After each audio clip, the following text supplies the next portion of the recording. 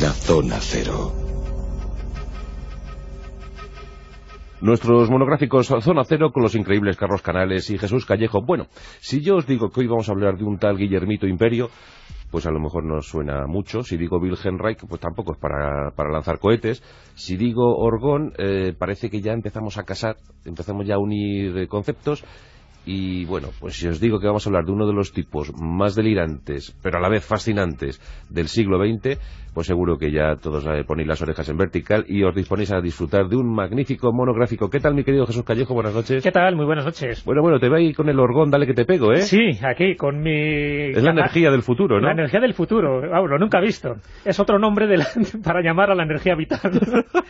Pero Wilhelm Reich, este personaje, le dio una aplicación muy interesante, ya lo veremos además, incluso una parte ufológica que tiene, porque estamos hablando de un psiquiatra prominente, ¿no?, de su momento, pero que tuvo bastantes épocas, bastantes etapas, y la última, el pobrecillo, lo pasó muy mal. Llegó a creer muchísimo... Hola, Carlos Canales, buenas Hola, noches. Llegó a creer muchísimo Wilhelm Reich en los extraterrestres, ¿verdad? Llegó a creer en todo, de hecho, sí. Acabó de muy mala manera, porque sabéis que en Estados Unidos fue juzgado y diagnosticado como esquizofrénico progresivo, y además cometieron un gran error. Cometieron los norteamericanos un gran error porque el 23 de octubre de 1956 en Gainsbourg lanzaron todos sus manuscritos a la hoguera, como en la Edad Media, cuando en la época de las brujas, lo cual no hizo sino atraer más la mirada de la gente hacia alguien que era, en aquel entonces estaba viviendo la tercera etapa de su vida, porque como bien ha dicho Jesús, tiene como tres partes fundamentales. Y efectivamente la primera, que es la que le dio fama y de la cual desarrolló luego las ideas estas que le empezaron a hacer primero famoso y luego considerado como un tipo hasta peligroso. ¿Era alemán o austriaco? Era austriaco, pero sí, de hecho además él era discípulo y colaborador de Sigmund Freud. Él estudió formaba parte de la Sociedad Psicoanalítica de Viena y fue uno de los grandes seguidores de Freud hasta el extremo que se le consideró durante mucho tiempo como su principal discípulo. El principal discípulo de Sigmund Freud. Claro, lo que pasa que es que hay que mezclar, digamos que para ahora empezar a hablar un poco de Wilhelm Reich, y que luego lo hablaremos sobre todo del Orgón, que es la parte que corresponde a nuestro programa dentro de lo que sería la vida de Reich. Es nuestra competencia. Exacto, es el asunto de nuestra competencia, que para el otro hay otras personas. Es cierto que hay que distinguir las tres facetas fundamentales de Wilhelm Reich, que es la faceta suya como psicoanalista y las extrañísimas y curiosas ideas que tuvo, algunas de las cuales aplicó con cierto éxito y que no hicieron en cierto modo sino reproducir cierto tipo de creencias o mitos de origen oriental o de las tradiciones herméticas, incluso gnósticas, aplicándolas a Occidente a través de un sistema científico occidental mucho más moderno. La segunda parte es su parte política. Wilhelm Reich fue comunista, militante del Partido Comunista Austriaco y, aparte de todo, aparte de ser militante comunista como tal, se enfrentó claramente al fascismo. Él hizo una obra de carácter psicoanalítico sobre las masas y el fascismo, lo que le enemistó, por supuesto, obviamente también con los fascistas y nazis alemanes y austriacos. La tercera parte de su vida, la tercera etapa, no tiene nada que ver ni con la política ni con el psicoanálisis, sino que fue su intento de describir una supuesta fuente de energía sobre la cual, como luego veremos, no hay ninguna base científica, pero sí hay una profunda base en las creencias y en las tradiciones de muchas culturas del mundo, aunque él no lo hizo de esa manera, sino que lo interpretó a su propia manera, que es lo que él llamaba el Orgón. El Orgón, sí, hablando de ese pasado comunista, supongo que los norteamericanos en aquella década de los 50 tampoco le perdonaron, ¿no? Efectivamente, claro, el problema que tuvo es que él estaba perseguido por los nazis, por eso se refugió allí, y luego le persiguieron por filo comunista durante la época de McCarthy. Bueno, pues vamos a ver, ya tenemos un poco definido, ¿verdad? Sí, un poco el perfil. El perfil de Wilhelm Reich, muy interesante, y decía el Orgón, sí, era Orgón. Sí, yo creo que se puede decir el Orgón, porque prácticamente toda su teoría de la última etapa la basa en eso, en el Orgón, ¿no? Claro, lo primero que podríamos decir, ¿qué es el Orgón? Él tenía un concepto muy claro de lo que era la energía, esa energía vital que todos tenemos y que de alguna forma está desarrollada en el medio ambiente, en la atmósfera y en el ser humano. Y el ser humano, ¿cómo potencia el Orgón? A través de su vida sexual. No olvidemos que Wilhelm Reich fue el discípulo más brillante de Sigmund Freud. Y digo más brillante porque esas son las palabras textuales que usó Freud. Hasta que al final se larga, ya sabes que Freud tuvo muchos problemas con sus discípulos. Tuvo muchos problemas en general. En general, sí, la verdad que ponía un circo y le crecían los enanos. Sí. Y con Reich... Tiene una foto inmensa de Sara Bernard en la entrada de su consulta. Y... Lo que no sabemos si en la época crepuscular o... es verdad. También tuvo bastantes etapas Sigmund Freud. Sí. Igual que Jung, que también es otro personaje para dedicarle algún día un monográfico, sobre todo por esos coqueteos que tuvo con lo oculto, con lo paranormal. Sí. Pero en el caso de Reich, que además fue muy reivindicado años después de su muerte, ¿no? Por esa cultura, o la contracultura, porque se convirtió en un autor maldito. Claro, en el momento que le empezaron a dar palos por la derecha y por la izquierda, donde se hizo marxista, pero no querían los marxistas saber nada de él, donde se cartea con Trotsky, Trotsky tampoco quiere saber nada de él porque le ve como demasiado revolucionario, donde escribe un manifiesto antifascista y por lo tanto cuando ocurre todo lo de la Segunda Guerra Mundial tampoco se quiere saber nada de este hombre. Es decir, todo estaba en contra de alguien que empezó a ser revolucionario y que en un momento determinado de su vida él quiere dejar el psicoanálisis, además ya digo que de una forma muy particular, porque así como el psicoanálisis lo que proponía era pues una terapia para ricos, él quería que esa terapia fuera para pobres, pero no quería un psicoanálisis donde no hubiera un contacto con el paciente. Él les abrazaba, él les obligaba casi a vomitar. Era casi un actor de teatro en ese sentido, hacía un montón de... Y por cierto, por curiosidad, ¿en qué año nació? En 1897, me parece. 97, el 24 de marzo. El 24 de marzo de 1897. No, lo que quiero decir que es muy curioso lo que ha dicho Jesús, porque sus comienzos, independientemente de sus coqueteos políticos con la izquierda, y los problemas que tuvo con los nazis austriacos, en general el lío en el que se metía permanentemente, sí que es cierto que él tuvo... cuando se empieza a hacer conocido, famoso, hablo solamente de la parte psicoanalista, no del problema del orgón y todo lo demás, es que cuando él se separa de las teorías de Freud, sabéis que Freud fue evolucionando, llegó un momento en que fue alejándose poco a poco de lo que él consideraba como el instinto sexual como fuente primaria, y fue evolucionando hacia conceptos como, por ejemplo, el instinto de la muerte. Sin embargo, por parte de Reich no solamente consideraba que el sexo era un elemento fundamental, sino que además él aportó una cosa muy original y muy curiosa, que es que decía que la psique de una persona y la musculatura voluntaria son funcionalmente equivalentes, es decir, que se podía alterar la capacidad de las personas para controlar sus características y sus emociones a través del control de la musculatura y de las reacciones que provoca, es decir, que están directamente relacionadas, y ponía un ejemplo, la verdad, bastante brillante. Dice que si una persona tiene miedo, está permanentemente con los músculos agarrotados, listo para escapar, para huir o para moverse con velocidad. Eso obviamente le acaba condicionando su carácter, porque le genera una estructura de tensión permanentemente muscular adaptada al miedo que tiene. Todo eso entremezclado es lo que él pensaba que podía curar mediante su extraña o curiosa y original forma de actuar, y ahí la verdad es que tuvo durante un tiempo un cierto éxito y fue notablemente valoradas, por lo menos sus investigaciones, entre los que seguían la línea de lo que él defendía. Vamos, que lo que venía a contar Wilhelm Reich, entre otras cosas, es que practicando el sexo uno puede tener una salud de hierro, ¿no? Sí, exactamente. Él radicaba mucho en eso, en ese orgón natural, personal que teníamos todos. ¿Por qué le llamó orgón, por cierto? Pues no se sabe muy bien, porque es una especie de mezcla, son dos palabras que realmente combina organismo y orgasmo. Entonces parece, según han dicho los tratadistas, que iría por ahí. Es decir, es una mezcla, porque es lo que intentaba él decir. No solo eso, decía que tenía color. Sí, el color azul. Es decir, el color azul, incluso lo que vemos ahora... Como la Viagra. Como la Viagra. Pero sí, pues es curioso porque él crea una Viagra, pero una especie de máquina, no como Viagra, sino para estar dentro de esa máquina de orgón, que por cierto fue lo que al final generó todos los problemas legales que tuvo por la comercialización de esas cabinas, como cabinas telefónicas, ¿sabes? Muy caras, por cierto, pero que eran muy demandadas en aquella época. Entonces él pensaba que todos los males que tenía el ser humano como tal y la humanidad en general era por una carencia de orgón. Y esa carencia de orgón podía ser a través del ser humano gracias al estímulo sexual. Él pensaba que el orgón era la energía vital de todo organismo, era la fuerza motora del reflejo del orgasmo. Es decir, a través del orgasmo tú podías generar orgón, pero cuidado, pero haciendo bien el amor, es decir, que no cualquier cosa podría ser útil. Entonces, él empieza a desarrollar la teoría de una forma tan sui generis que crea muchos adeptos. De hecho, ahora la bioenergética, por ejemplo, que es una de las terapias de la nueva era, pues debe mucho a estas teorías de Wilhelm Reich. Y Jesús, ¿cómo era eso? Que tú que estás tan metido en la nueva era y en estas cosas, ¿el tantra? No tiene que ver con el tantra. No es el tantra. Aunque tiene algo que ver, como todo, porque el tantra, ya sabes, el tantra básicamente... No, esto se parecería muchísimo al Brill.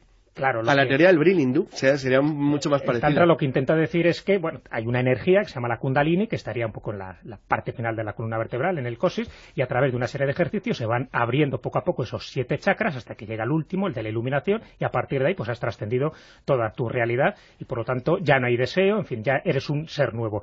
Bueno, él no llega a eso, no es tan místico, no es tan filosófico, está partiendo el parte del psicoanálisis y por lo tanto es muy cartesiano en sus ideas. De hecho era marxista, era comunista, o sea que para que nos hagamos una idea, es decir, una persona que no tiene un concepto de Dios en ese sentido místico. O sea, a él no le importaba el deseo y el frenesí. No, exactamente. Él lo que encuentra es que hay una energía muy potente, que es el orgón. Y esa energía la tiene el ser humano de forma natural, que se potencia a través del orgasmo, pero que se puede canalizar para otro tipo de bienes. Es decir, que si tú eres capaz de regular tu energía orgónica, y para eso él inventa esas cabinas, tú puedes curar cualquier enfermedad, incluso el cáncer, y eso también le genera muchos problemas, porque dice que cualquier enfermedad es curable.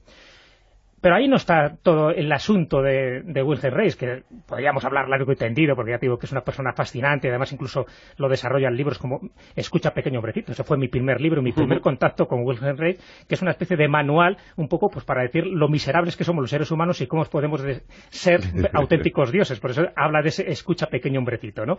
Pero bueno, él al final descubre que esa energía sirve para más cosas, y sirve tanto que puede incluso destruir nubes, es decir, provocar la desaparición de una nube, de una tormenta, y generar lluvia en donde tú quieras. Y va más lejos, y ahora le dejo un poco también a Carlos, porque puede añadir su proceso de enloquecimiento. Claro, es que es tan interesante que Carlos crea hasta una máquina para intentar romper nubes, también serviría, porque es toda una etapa de avistamientos ovnis, también serviría para destruir ovnis, porque él cree que los ovnis forman parte de esa energía negativa. Claro, es que vamos a ver, por explicarlo de una manera, él pensaba que el orgón existía en todo el cosmos, que era uno de los elementos esenciales del cosmos.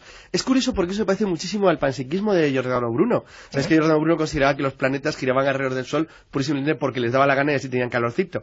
Entonces, bueno, pues que era una historia más o menos parecida. Es decir, él se construye un cosmos a la medida de su pensamiento. Es muy curioso, que está regulado por el orgón. Claro, es decir, el problema es que ahí es donde él, que sí, como muy bien ha dicho Jesús, tiene una base científica occidental clarísima, y encima ateo y marxista, sin embargo evoluciona repetidamente, probablemente por el contacto, porque en realidad el órgano lo que está haciendo en parte, yo vuelvo a repetirlo, a mí me parece una transmisión muy clara, una especie de aceptación muy curiosa por parte al menos de la ciencia, pseudociencia occidental, del concepto del Bril, del concepto de la fuerza universal que tiene la religión hindú y que aparece reflejada en un montón de tradiciones orientales. También tiene una cierta similitud con el chi.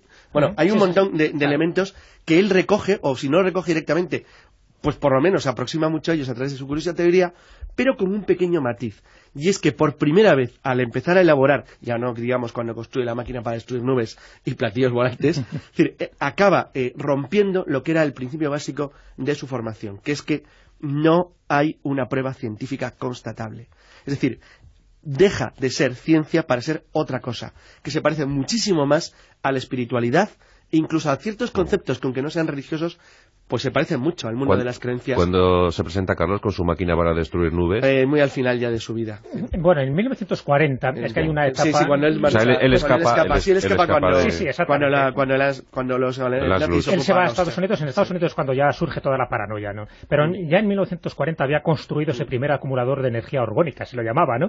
Y que era una caja de madera, que tenía complicado, no era. Paredes de metal, paredes con material orgánico. Es que, Jesús, imagínate, al discípulo predilecto de Sigmund Freud, que de repente te aparece con ya 40 años cumpliditos, con la caja de madera diciendo, esto para destruir nubes y marcianos. Sí, bueno, no, eso es después, es un cañón que inventa después. Por eso digo que lo primero que hace es... Más que un cañón, eso fue un petardo. No, bueno, pero un cañón que no veas, además era como de distintos cañones de unos 4 metros de longitud, que servía no para lanzar energía orgónica, sino para absorber. Pues el gran Berta. Era tremendo, era el terror.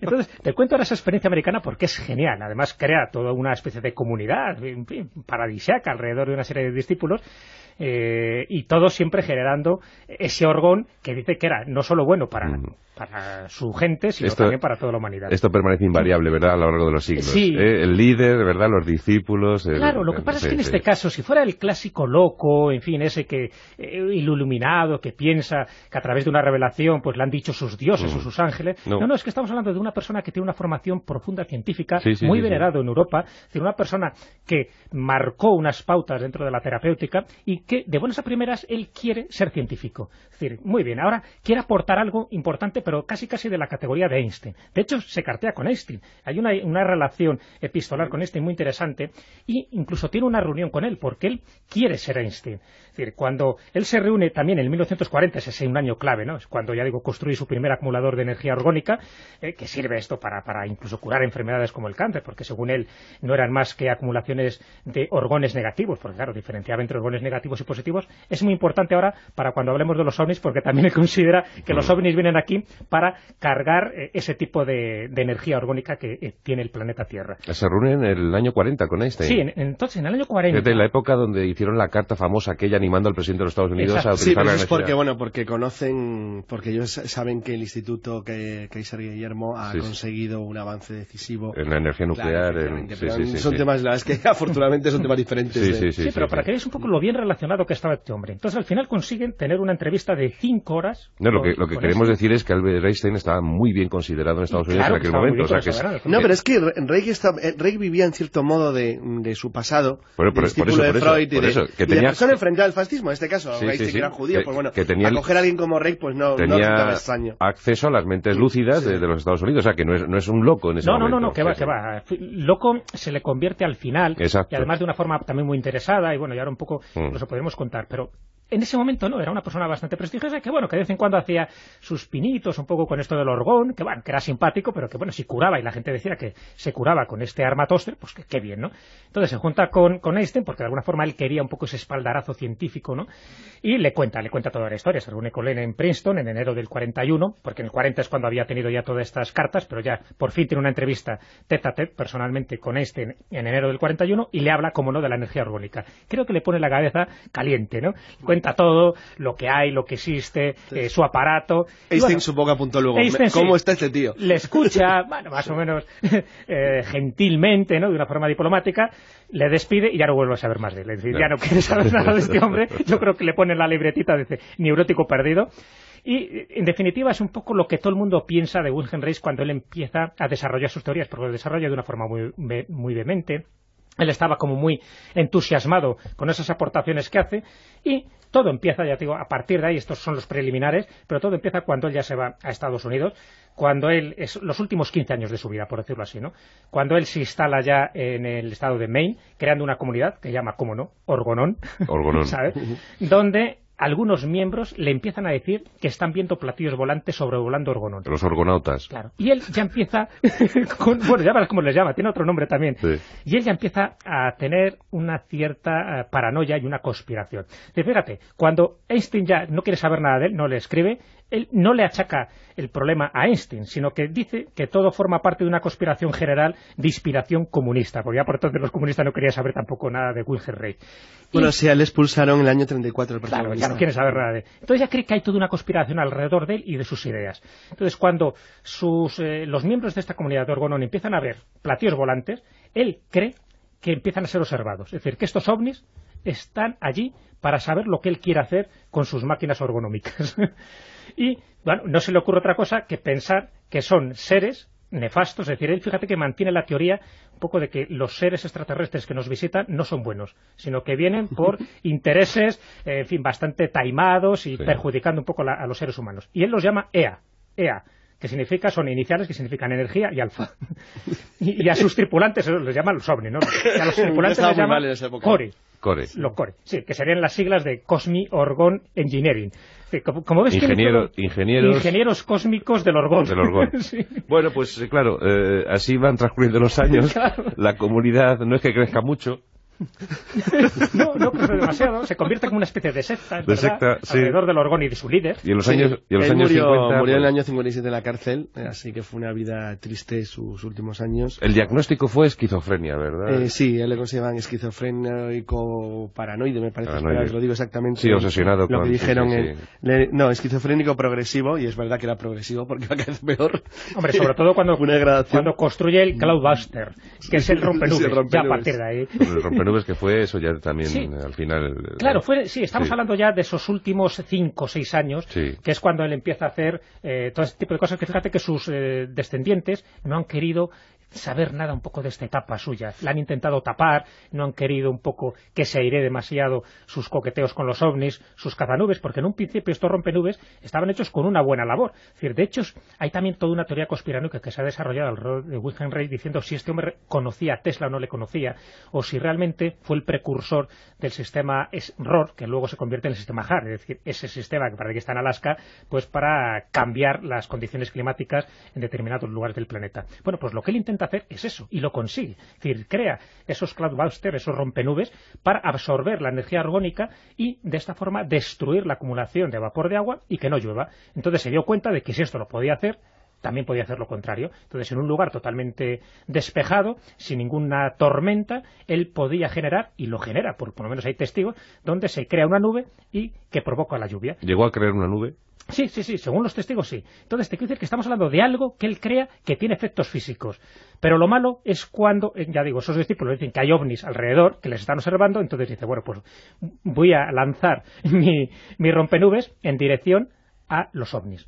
Y entonces él ya empieza a estar convencido que se está cargando a los ovnis, es decir, que de alguna forma el objetivo de los ovnis era disipar la energía orgónica negativa, que lo llama DOR, que está liberada por las naves extraterrestres y que sería la causante de todas las enfermedades del hombre. O sea, que ya no la genera... Efectivamente, ya tenía un batiburrillo mental. Claro. Efectivamente, tiene razón que es una cosa, independientemente de su posible enfermedad o no, sí que es cierto que él sufre una evolución muy rara que le va haciendo ser cada vez más autoconvencerse de que dispone de algún tipo de formación especial o de inspiración que le va a permitir cambiar el mundo de la física real.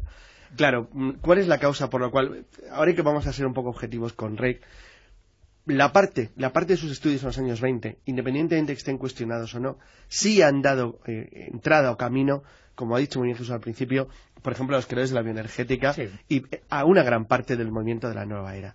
Sin embargo, la otra parte de Wilhelm Reich, todo lo que está relacionado con sus intentos de hacer una parafísica, que realmente lo hizo, ha fracasado de una manera estrepitosa. Porque tú no puedes hacer ciencia si no lo puedes someter a unos protocolos y demostrarlo.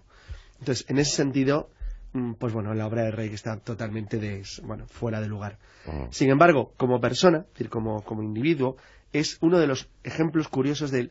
Hubo un montón de tipos parecidos en el siglo XX, es decir, en la primera mitad del siglo XX, porque las condiciones de vida, la situación en la que nacieron, la forma en la que se formaron, incluso el camino que todos llevaron en una época de radicalismo político terrible en Europa, les fue haciendo elegir un camino. Entonces, en ese sentido, la vida de Reich, por lo menos, a mí sí me parece curiosa e interesante. Pues aquí tenemos la vida de Wilhelm Reich, el descubridor de la energía vital, el orgón, y luego también pues el inventor del primer sistema antiaéreo contra extraterrestres, ¿no? El sistema FLAC, con el cañón estupendo que disparaba y bueno, caía los platillos. Empezó a utilizarlo a lo mejor en julio del 47. Sobre un sitio de Nuevo México. Sí, ahí fue cuando lo utilizó por primera vez. Bueno, pues para ti, Jesús, toma este cañón miniaturizado de orgón. Sí, lo voy a apuntar en dirección a Carlos Canales. Apúntalo en dirección a Carlos Canales. Yo no soy una nube, no hay peligro. ¿Tú no eres una nube? Por eso no hay peligro.